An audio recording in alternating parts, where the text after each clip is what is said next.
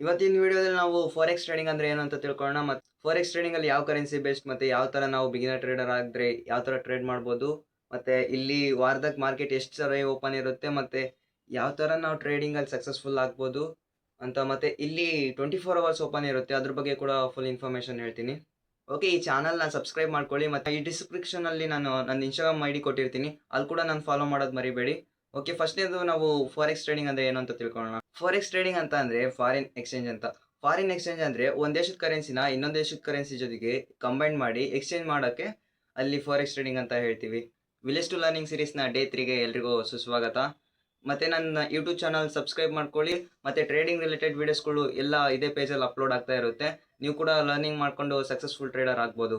Okay, ಮೊದಲನೇದಾಗಿ forex trading ಅಂದ್ರೆ what is forex?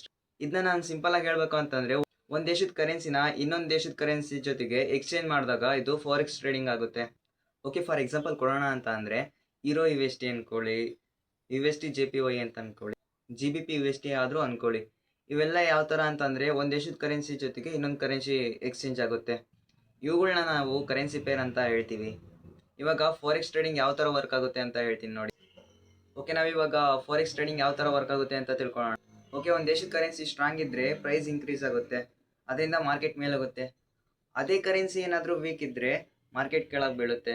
Okay, ಇವಾಗ ಉದಾಹರಣೆಗೆ ನೋಡೋಣ. ಯೂರೋ ಯು ಎಸ್ ಟಿ ಅಂತ ಅನ್ಕೊಳ್ಳಿ. ಇವಾಗ euro U S T pair ಅಲ್ಲಿ ಯೂರೋ ಯೂರೋ ಪ್ರೈಸ್ ಏನಾದ್ರೂ ಸ್ಟ್ರಾಂಗ್ ಇದ್ರೆ ಮಾರ್ಕೆಟ್ ಮೇಲ್ಗಡೆ ಹೋಗುತ್ತೆ.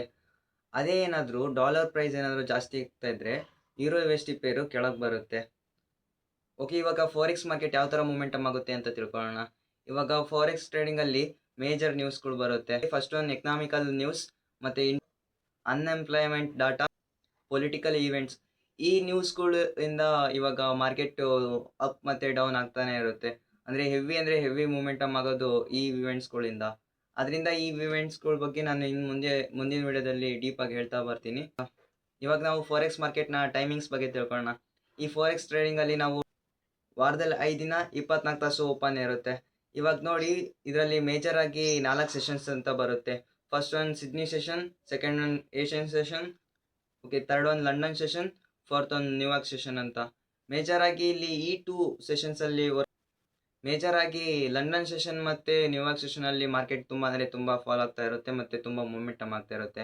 ಮೋಸ್ಟ್ ಆಫ್ ದ ಬಿಗಿನರ್ ಆಗ್ಲಿ, ಮತ್ತೆ ಪ್ರೊಫೆಷನಲ್ ಆಗ್ಲಿ, ಮತ್ತೆ ಇನ್ಸ್ಟಿಟ್ಯೂಷನ್ ಟ್ರೇಡರ್ಸ್ ಆಗ್ಲಿ, ಪ್ರತಿಯೊಬ್ಬ ಟ್ರೇಡರ್ಸ್ ಈ ಮಾರ್ಕೆಟ್ ಅಲ್ಲಿ ಈ ಟೈಮಿಂಗ್ಸ್ ಅಲ್ಲಿ ಟ್ರೇಡ್ ಮಾಡಕ್ಕೆ ಇಷ್ಟಪಡ್ತಾರೆ. ಓಕೆ, ನೀವೇನಾದ್ರೂ ಇವಾಗ ಬಿಗಿನರ್ ಟ್ರೇಡರ್ ಆಗಿದ್ರೆ ನನ್ನ ಸಜೆಷನ್ ಏನಂತ ಅಂತಂದ್ರೆ, ನೀವು ಫಾರೆಕ್ಸ್ ಟ್ರೇಡಿಂಗ್ ಮಾಡ್ತಾ ಇದ್ದೀರಾ ಅಂತಂದ್ರೆ ಲಂಡನ್ ಸೆಷನ್ ಒಳಗೆ ಟ್ರೇಡ್ ಮಾಡಿ. ಇವಾಗ ನೀವೇನಾದ್ರೂ ಇವಾಗ ಬಿಗಿನರ್ ಟ್ರೇಡರ್ ಆದ್ರೆ ನಿಮ್ಗೆ ಒಂದು ಟಿಪ್ಸ್ ಹೇಳ್ತೀನಿ ನೋಡಿ. ಇವಾಗ ನೀವು ಟ್ರೇಡಿಂಗ್ ಸ್ಟಾರ್ಟ್ ಮಾಡ್ತಾ ಇದ್ದಾಗ ಸಡನ್ಲಿ ನೀವು ಹಾರ್ಡ್ ಕ್ಯಾಪಿಟಲ್ ತಗೊಂಬಂದು ನೀವು ಇಲ್ಲಿ ಟ್ರೇಡ್ ಮಾಡಕ್ ಹೋಗ್ಬೇಡಿ. ಫಸ್ಟ್ ಡೆಮೋ ಅಕೌಂಟ್ ಅಲ್ಲಿ ಟ್ರೇಡ್ ಮಾಡಿ ಟ್ರೈನ್ ಮಾಡ್ಕೊಳ್ಳಿ ನಿಮ್ಮ ಬ್ರೈನ್ ಮತ್ತೆ ನಿಮ್ದು ಸ್ಕಿಲ್ಸ್ ಮೇಲೆ. Next one second one risk management ಇವಾಗಲೇ ನೀವು ಫಾಲೋ ಮಾಡೋದು ಕಲೀರಿ. ಮತ್ತೆ ಇನ್ನೊಂದೇನಂತಂದ್ರೆ, ಒಂದೇ ಟ್ರೇಡ್ ಅಲ್ಲಿ ನಿಮ್ದು ಓವರ್ ಆಲ್ ಕ್ಯಾಪಿಟಲ್ ನ ರಿಸ್ಕ್ ಅದನ್ನ ಯಾವತ್ತೂ ಆ ತರ ಮಾಡಿ. ಇನ್ನೊಂದು ಮೋಸ್ಟ್ ಇಂಪಾರ್ಟೆಂಟ್ ಪಾಯಿಂಟ್ ಅಂತ ಅಂದ್ರೆ, ಫಸ್ಟ್ ಲರ್ನ್ ಮಾಡಿ ಆಮೇಲೆ ಅರ್ನ್ ಮಾಡಿ. ಈ ವಿಡಿಯೋ ನಿಮ್ಗೆ ಇಷ್ಟ ಆದರೆ ಲೈಕ್ ಮಾಡಿ, ಮತ್ತೆ ಶೇರ್ ಮಾಡಿ, ಮತ್ತೆ ಕಮೆಂಟ್ ಮಾಡಿ. ನಿಮ್ಗೆ ಇದೇ ಥರದ ಟ್ರೇಡಿಂಗ್ ರಿಲೇಟೆಡ್ ವಿಡಿಯೋ ಬೇಕು ಅಂದರೆ ನನ್ನ ಚಾನಲ್ ನೋಡ್ಬೋದು, ಈಗ ಆಲ್ರೆಡಿ ಅಪ್ಲೋಡ್ ಮಾಡಿ. ಓಕೆ, ನಾವು ಡೇ 4ಅಲ್ಲಿ ಕರೆನ್ಸಿ ಪೇರ್ಸ್ ಅಂದರೆ ಏನು, ಕರೆನ್ಸಿ ಯಾವ ಥರ ವರ್ಕ್ ಆಗುತ್ತೆ ಅಂತ ಹೇಳ್ತೀನಿ. ಓಕೆ, ನೆಕ್ಸ್ಟ್ ವಿಡಿಯೋದಲ್ಲಿ ಸಿಗೋಣ. ಬಾಯ್.